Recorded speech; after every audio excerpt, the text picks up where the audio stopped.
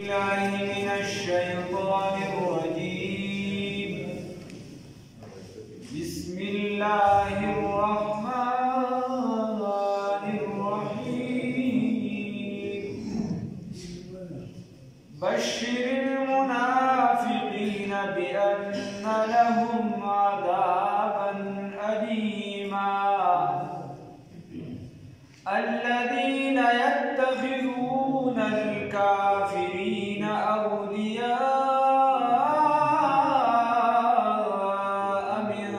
دون المؤمنين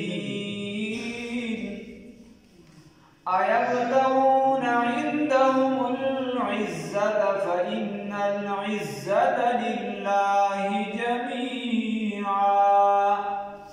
صدقت يا رب العالمين.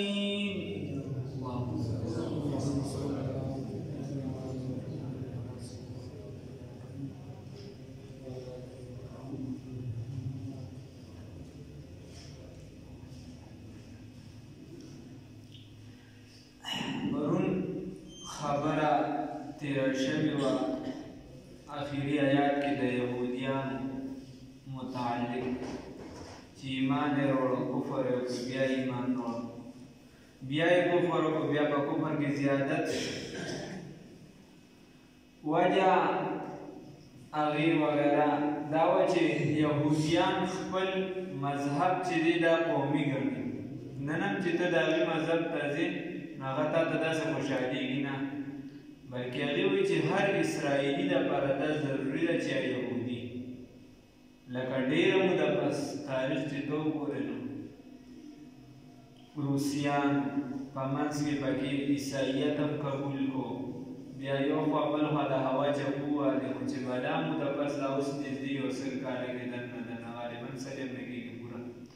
په دې کې دننه چې دی واپس د اسرائیلو طرف ته مخه کړه. هغې ورله باقاعده ځای ورکړه، دلته نه ورته په ظاهرا امریکي ووي چې وایي دي د دننه په بیت المقدس یا یروشلم وغیره دې کې ځمکه مو هغوی نه ده زمونږ خپل خلک دی، د خاندان خلک دی، دا بني اسرائیل. نو هغې چې هر ځای کې اسرائیلي هغه د قسم چې دی د بل مذهب کې کار یې وکړي هغه ته ښه ولاړ یې او تابعدار یې هغه سره مرسته کوي، اسرائیلیت طرف ته راځي هغه ته ښه خوشامدید وایي، خو غیر اسرائیلي د هغې نه خوشحالېږي، هغې دا وایي قومي مذهب یې ګڼي او هغه څه مذهب یې چې قومي وي یې خپله محدود کړی دی. اوس الله رب العزت فرمایي بیا به داسې خلک وزنې چې موږ د دغې خلکو سره به یا په دې یهودیانو کې بعضې داسې وو چې مسلمانانو ته به وایي چې تاسو په حقه یې، خو دا به د ظاهرا خبره او نور دننه بیا به بغض او کینه دومره زیاته وه چې ټول خلاف هر څه به دا د مسلمانانو حالانکې د مشرکانو نه خو دې ته بیا هم که چېرته حق نه هم ګڼل بیا هم ورته مسلمانان نږدې وو ځکه چې دا مهلي کتاب و هغه مهلي کتاب وغیره. الله رب العزت نن د منافقانو خبره کوي. الله رب العزت فرمایي بشر المنافقین زیر ورک منافقانو ته بأن لهم یقینا په دې څیز باندې چې د دوی دپاره عذابا علیما عذاب دردناک دی. اوس زیر ورکه چې ته چاته ووایې چې هلکه د خوشحالۍ خبره وله لار دې مړ شه نو کیدای شي که لږ زورورې لاس پرې راته وکړي دوه درې سوکه به یې والي به یې خوله خوله به یې والي چې دا زیر دی پلار مې مړ شو ته ما ته وایې چې د خوشحالۍ خبر وله خدای دې د دغه وخت نه وساتي کیدای شي دا وخت هم راروان. نو خبره دا ده الله رب العزت ورته زیر ورکړه دا د دې هغه چې دین پورې به دې خنداګانې پورې د ځان ځان نه بې خبرې پورې د دې هغه جواب دی په دغه الفاظو کې دي نه هم په هغه الفاظو کې ورته جواب دی. بشر المنافقین زیر ورکړه منافقانو ته بأن لهم چې یقینا د دوی دپاره چې یقینا د دوی دپاره دی عذابا علیما یا په دې خبره باندې چې یقینا د دوی دپاره دی عذابا علیما عذاب دردناکو. الذین دا منافقان هغه کسان دي یتخذون الکافرین چې نیسلي دي کافرانو لره اولیاء په دوستۍ باندې من دون المؤمنین په ضد د مؤمنانو اوس د کافرانو سره سفارتي تعلق او تجارتي تعلق دا په اسلام کې بند نه دی، بلکې اسلام دې ته ښه راغلاست وایي چې دا وکړې، دا اسلام کې بند نه دی. خو چې کوم ځای کې د دوستۍ خبره راځي نو هلته به من دون المؤمنین په ضد د مؤمنانو دي به دا تعلق ساته او په ضد د مؤمنانو به یې ساته. نو د دې وجې چې دا ښه نه دی. الذین دا منافقان هغه کسان دي یتخذون الکافرین چې نیسي دي کافرانو لره اولیاء په دوستۍ من دون المؤمنین په ضد د مؤمنانو. ایبتغون آیا دي لټوي دي غواړي عندهم په خوا د کافرانو په نزد د کافرانو العزت عزت فإن العزت بس یقینا عزت چې دي یا غلبه چې دا لله د الله دپاره ده جمیعا ټوله دي د کافرانو سره خپل عزت ګوري، عزت خو ټول د الله سره دی. یا دي چې کافرانو سره به یو ځای شو نو موږ ته به غلبه میلو شي دا منافقان وایي نه نه غلبه خو الله رب العزت ته. وقد نزل ويقينا نازل کړو موږ علیکم یا نازل کړی دی موږ علیکم په تاسو باندې فی الکتاب په قرآن پاک کې ان دا خبره اذا سمعتم هر کله چې واورئ تاسو آیات الله هر کله چې اورئ تاسو آیات الله په باره د آیاتونو د الله تعالی کې یکفر بها چې کفر کولی شي په دې باندې ویستهزأ بها او خندا کولی شي په دې پورې فلا تقعدون بس مکینه معهم سره د دغه خلکو حتی تر دې پورې یخوضوا یبحثوا چې دی بحث شروع کی فی حدیث غیره په نورو خبرو کې انکم یقینا تاسو اذن په دغه وخت کې مثلهم په مثل د دې بشان ګناهګار به کېناستې ورسره. ان الله یقینا الله رب العزت جامع المنافقین را جمع کوونکي د منافقانو لره منافقان په عذاب پیلوان دي په کافرانو والکافرین او کافرانو لره فی جهنم په جهنم کې جميعا ټول. خبره دا ده د آیات کې الله رب العزت فرمایي مؤمنانو ته دا خبره ده چې تاسو ګورئ موږ په قرآن پاک کې دا خبره کړې ده چې کوم خلک د دین پورې خندا کوي د الله رب العزت د آیاتونو پسې خبرې کوي د هغې نه انکار کوي او خنداګانې ورپسې کوي. دا د انجیل لومبنی آیات دا دی چې هغه خلکو سره مه کښېنه کوم چې په لارو کوڅو کې کښېني او خنداګانې. خیر نو هغه ټول نصایح دي او ذکر دي. خبره دا ده چې الله رب العزت وایي چې ګوره چې کوم خلک د الله رب العزت د دین د آیاتونو د الله رب العزت د هغې انکار کوي او خنداګانې کوي هغې پورې فلا تقعدوا معهم هغې سره مه کښېنه هغې سره کښېنه حتی تر دې پورې یخوضوا فی حدیث غیره چې دې بحث شروع کړي یا بحثو په نورو خبرو کې بیا بحث شروع کړي. سبا زمونږ تکیه کلام دا دی چې کوم ځای ناست دی نو د هغې ټارګېټ به څه مولا چې کوم ځای ناست دی ټارګېټ به څه مذهب. زما نه چا تپوس وکړه مثال بتاو ما ته چا ووایي دا اوس وایي یاره دا شي خو داسې ګډوډ دی نو دا کرونا شته که نشته. ما ورته وایي داسې کار دی دا د ډاکټرانو معامله ده هغې وایي چې شته نو موږ وایي شته هغې وایي چې شته موږ وایي چې شته. شاه شهبدي دانور رحمت الله علیه فرمایي وایي انجینر ته چې د میډیکل مسله وړاندې کړي نو وایي چې وایي دا خو د ډاکټر نه تپوس وکړه دې کې زما څه کار دی دې باندې زه نه پوهېږم. میډیکل والا ته چې د انجینرۍ څه مسلې نقشه وغیره بل څه ورته وړاندې کړه وایي چې وایي دا زما کار نه دی په دې شي زه نه پوهېږم. او داسې هر فیلډ والا ته بله ور وړاندې کړه وایي دا اسلام داسې یتیم مذهب دی دا قرآن وایي داسې یتیم کتاب خلکو ګرځولی دی چې هر کس راځي او په دې کې خبرې کوي که پرې پوهېږي او که نه په دې کې لګیا دی خپل بحث مباحثه کوي. یوه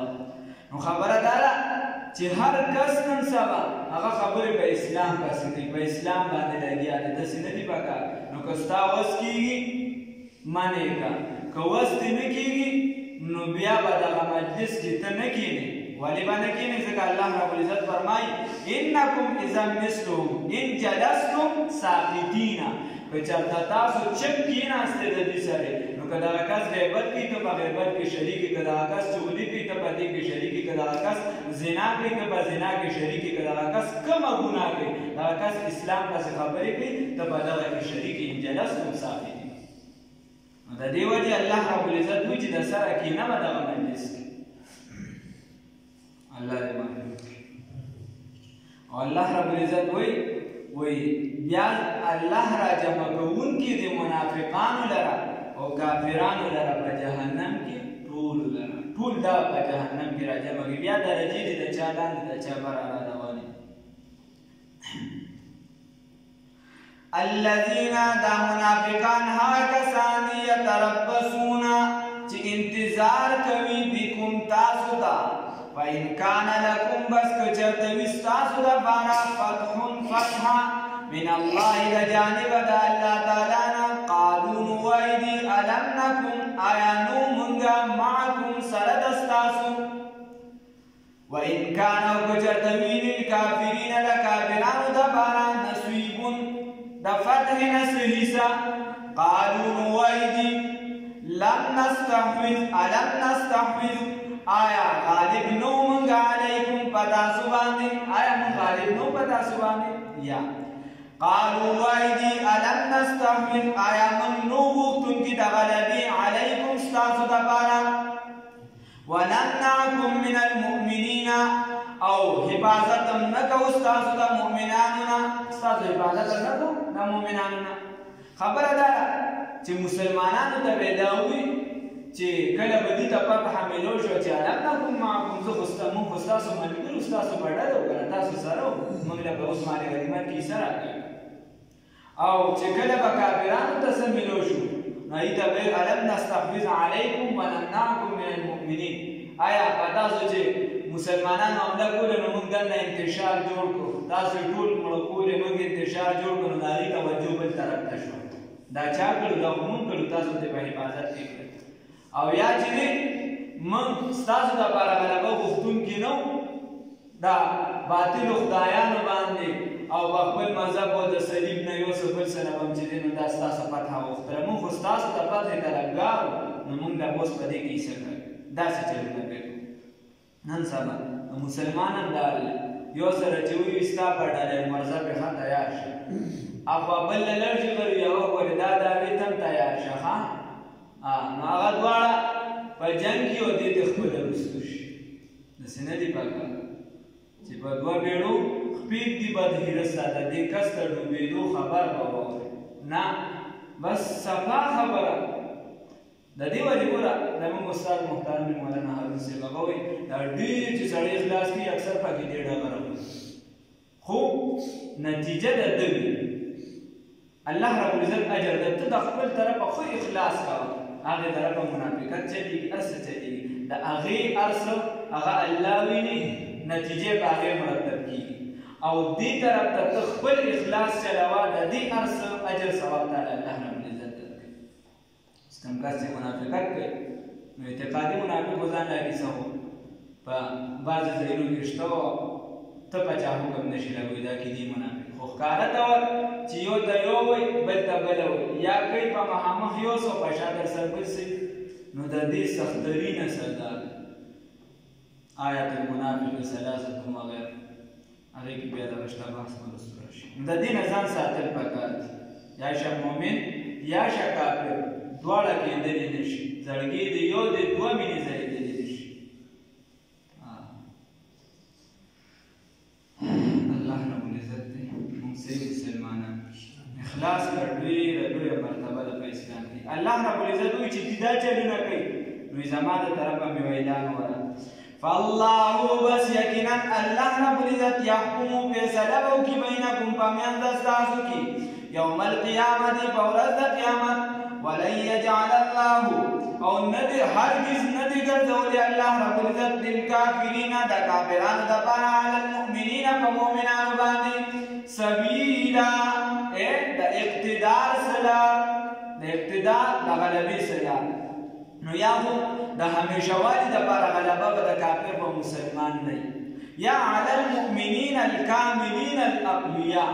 چې مؤمنان تر کومې پورې کامل وي کامل ایمان والی مضبوط وي او ورسره مضبوط وي نو په دې باندې ایمان مضبوط وي دې باندې د کافر غلبه نشي راتلی او چې کله دې دغه شي کې ایمانی ته ورته کې کمی راغی کمزوري راځي نو دې به وال ډبول بیا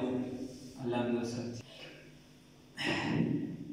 یو روایت کې راغلی دی چې د روژهدارو دپاره به د قیامت په ورځ د عرش لاندې یو درستخوان ویړ کړی شي خور به کړی شي یعنې او هغه درستخوان نه به چاپېره د مؤمنان کېږي او خوراکونه به کوي باقي مانده ټول خلک به حساب کتاب کې نښتي وي نو دا نور خلک به وایي چې دا خلک څوک دي چې دوی خوراک څښاک کوي او موږ له حساب کتاب کې نښتي یو دوی ته به جواب ورکړي شي چې دا هغه خلک دي چې روژې به یې نیولې او تاسو روژې نه نیولې نو نن دوی بې حسابه بې کتابه د جنتي طعام په دسترخوان ناست دي او طعام خوري دی به په دسترخوان باندې ناست دي د مسلمانان چې کوم روژې نیسي دا نور خلک به تپوس وکړي هغې کې به مسلمانان هم شامل وي نور هم شامل کېدی شي چې دا څوک دي موږ له په حساب کتاب کې نښتي یو دې ته خو چې دی نو داسې لګیا دي رزق خوري د جنت ورته وایي چې دا خلک دي چې په دنیا کې روژې نیسلي او تاسو نه نیسئ روژه په دین اسلام کې یو اهم او لوی رکن دی کم بنده چې د رمضان روژې نه نیسي نو دی غټه ګناه کوي او د دین کمزوري کېږي که چېرته ته انکار نه کوي هغه انکار دی بیا کفر دی د رمضان روژه په هر عاقل بالغ مسلمان باندې فرض ده تر څو چې شرعي عذر نه وي نو روژه نه نیول ګناه ده که شرعي عذر او روژه یې ماته کړه نو ګناهګار نه دی شرعي عذر بیا وروسته مسایل نور را روان دي خو بغیر د عذر نه روژه ماتول غټه ګناه ده نو عاقل بالغ باندې روژه فرض ده که سړی لیونی دی نو په لیوني روژه فرض نه ده یا نابالغه دی نو په نابالغه روژه فرض نه ده خو د 10 کالو ماشوم د لمونځ هم کوي او روژه دې هم نیسي پکار دا ده چې روژه ونیسي او چې بالغ شي بیا پرې لازمي شه دا پکې نشته چې په ده نیمې وړی دی او نیمې پرې نه دي وړی چې کوم ټیم انسان ته پته ولګېده چې بهی په خبر باندې انسان په ځان پوه شي بس روژه به نیسي هغې وروسته بحث را روان دی که یو بنده د یو روژهدار د روژه ماتې ورکړي نو دغه روژهدار ته چې الله څومره ثواب ورکوي د دې روژهدار عمره ثواب به الله دې بل بنده له ورکړي چې د دې بنده له د روژه ماتې انتظام کړی دی خو د هغه په ثواب کې به هم کمی نه راځي په خپل فضل الله هغه له هم پوره ثواب ورکوي او چا چې ورته د روژه ماتې انتظام کړی وي هغه له هم پوره ثواب ورکوي دواړه په ثواب کې برابر دي بیا دا ضروري خبره نه ده چې یو کس هغه له پوره روژه ماتې وکړي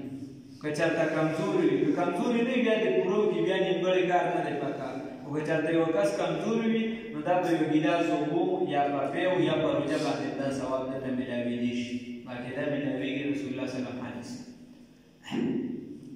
دا خو د رمضان متعلق خبرې او د دې مسایل خو دویم باب چونکې د رمضان نه علاوه هم څه روژې خلک یې نیسي نو هغې کې یو څو خبرې داري عام نفلي روژې چې کومې دي نفلي روژې نو دې کې خو ډېر زیات ثواب دی علاوه د هغه صورتونه چې په هغې کې روژې منې دي هغې وروستو خبره را روانه چې کوم ځای کومه خبره یې وکړو خبره دا ده چې یو څو روژې بیا په کار کې داسې چې دې کې ثواب لږ زیات دی هغه د عاشورې چې کومه ورځ ده 10مه یعنې د محرم دې باندې روژه چې ده په دې کې ثواب زیات دی خو دې سره به 9مه یا 11مه چې دا یو ځای کوي ځکه چې د یهودیانو سره مشابهت را نه شي اسلام کې د مشابهت نه ډېره سخته منع ده من تشبه بقوم فهو منهم چا چې د چا مشابهت اختیار کړه د هغې په سب کې به یې د هغې په شان وګرځېد رسول الله صلی الله علیه وسلم فرمایي هغه موږ یو چې موږ د بچي صرف ابتدا ګورو چې زه له بنیاد مضبوط کړم خو انتهای نه ګورو چې دې په دې طریقه روان نو د دې انتهایي کار به بیا صحیح حالانکې د مسلمان دا کار دی چې دې څنګه ابتدا ته ګورو داسې به انتها ته ګورو خیر نو دغه ورځ د دې ثواب چې دی دا زیات دی بل 14مه 14مه 15مه د هر اسلامي میاشت دا رسول الله صلی الله علیه وسلم نیسلی چې اسلامي میاشت کوي محرم صفر ربیع الاول ربیع ثانی وغیره د دغې چې کوم دیارلسمه څوارلسمه پنځلسمه په دې کې د عامو نفلي روژو ثواب لږ زیات دی مستحب دی او بعضې سنت وغیره مونږ دغه شان د ګل او د زیارت په ورځ به دغه رسول الله صلی الله علیه وسلم اکثریت روژه نیسله سړی دې بالکل دا نه لازم وي چې د زیارت په ورځ به نیسم بله ورځ نه اکثریت دې دا نیسي کله ناکله د ورسره نورې مزې کوي الله دې توفیق راکړي دغه شان د محرم شوه رجب شوه ذوالحجه شوه ذوالقعده شوه په دې کې به د خالي جمعې او د زیارت په ورځ چې دی ډېر زیات ثواب دی د رسول الله صلی الله علیه وسلم په دې کې روژې نیسلي نو په دې ورځو کې ثواب د نورو ورځو په حساب لږ زیات دی پکار دا دی چې انسان مسلمان په دې کې روژه نیسي دغه شان رسول الله صلی الله علیه وسلم فرمایي که څلوېښت ورځې یو کس روژه ونیسله او دې پسې بیا دې کومه دعا کوي هغه قبلېږي صوفیای کرام ورته چیله وایي په چیلې کې نیسي وغیره نو دې پسې چې بیا دې کومه دعا غواړي هغه به دته قبلېږي یا بل حدیث کې رسول الله صلی الله علیه وسلم فرمایي دغه څلور میاشتې چې ما تاسو ته یادې کړې په دې کې چې کوم بنده روژه ونیسي نو د 200 کال د عبادت ثواب به درته میلاوي دغه درې روژې د زیارت د جمعې او د خالي محرم شو رجب شو ذوالقعده شو ذوالحجه په دې کې د 200 او بل کې بیا د دې نه کم او زیات هم راغلی دی نو د دې روژو د نفلي چې دې موږ لږ اهتمام کوو او دې میاشت کې بیا دغه پنځلسم د شعبان وغیره چې کومه روژه ده نو دغه مستحب ده د اکثریتو په نسبت باندې دې ثواب هم زیات او دا نور بیا فرضي دي او څه پکې د نظر روژې دي د نظر د روژې دا مسله ده مثلا په طور یو کس دا ووایي چې زه به سبا که زما دا کار وشي یا زما دا زوی نوکر شي مثال په طور زه به 3 روژې نیسم نو که دا زوی نوکر شي په ده 3 روژې ورغوړې دي داسې لکه څنګه چې فرض روژې دي دا به دې بیا لازمي نیسي دا به پر دی چې هر ټیم نیسي صرف دغه یو څو ورځو نه علاوه چې وروسته را روان دي په کال کې هر ټیم دې نیسلی شي رمضان کې رمضاني روژې دي او دغه شان چې کوم کس ته قضا روژې نو دې به قضا روژې ماف کېده نشته هېڅ پیسه دا به دې لازمي نیسي که چا قصدن خوړلې نو د یوه روژې په مقابله کې 15 روژې دي او که چا نه په خطا شوي نو بیا خو یوه روژه ده او بیا طریقې را روانه الله رب العزت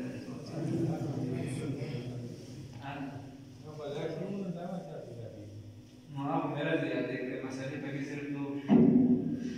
خدای تعالی نه خوشحال شي الله د دواړو جهانونو خیر نصیب کړي عمل کې اخلاص پیدا کړي الله دیندار تقوادار پرهیزګاران جوړ کړي الله تعالی نه خوشحال شي تعالی نه رضا شي الله تعالی نه رضا شي الله په حقیقت کې محمدیان جوړ کړي په حقیقت کې خپل بندګان جوړ کړي الله په آخرت کې را سره هغه معامله وکړي کوم چې خاصو بندګانو سره سره کوي یا الله په دنیا کې هغه معامله را سره وکړي کوم چې خاص ستا بندګانو سره خپله ته کومه معامله کوي الله د حرمین شریفین او د هر اسلامي ملک حفاظت وکړي د هرې فتنې نه حفاظت وکړي الله زموږ د جانونو د مالونو د عزتونو حفاظت وکړي الله د چا څه قسمه حاجتونه د خپل لرې پوره کړي الله څوک بیماران وي الله د هر قسمه بیمارونو بچ کړه دغه بیمارۍ مخې کړه الله مسلمانانو طرف ته چې کومې بیمارۍ متوجه دي الله دغه بیمارۍ ټولې ختمې کړه الله د مسلمانانو اتحاد او اتفاق نصیب کړه الله د دواړو جهانونو راحت او خوشحالي نصیب کړه او څومره مسلمانان وفات شوي دي ورته بخښنه وکړه اخر واخر دعوه عظیمه کلمه نصیب کړه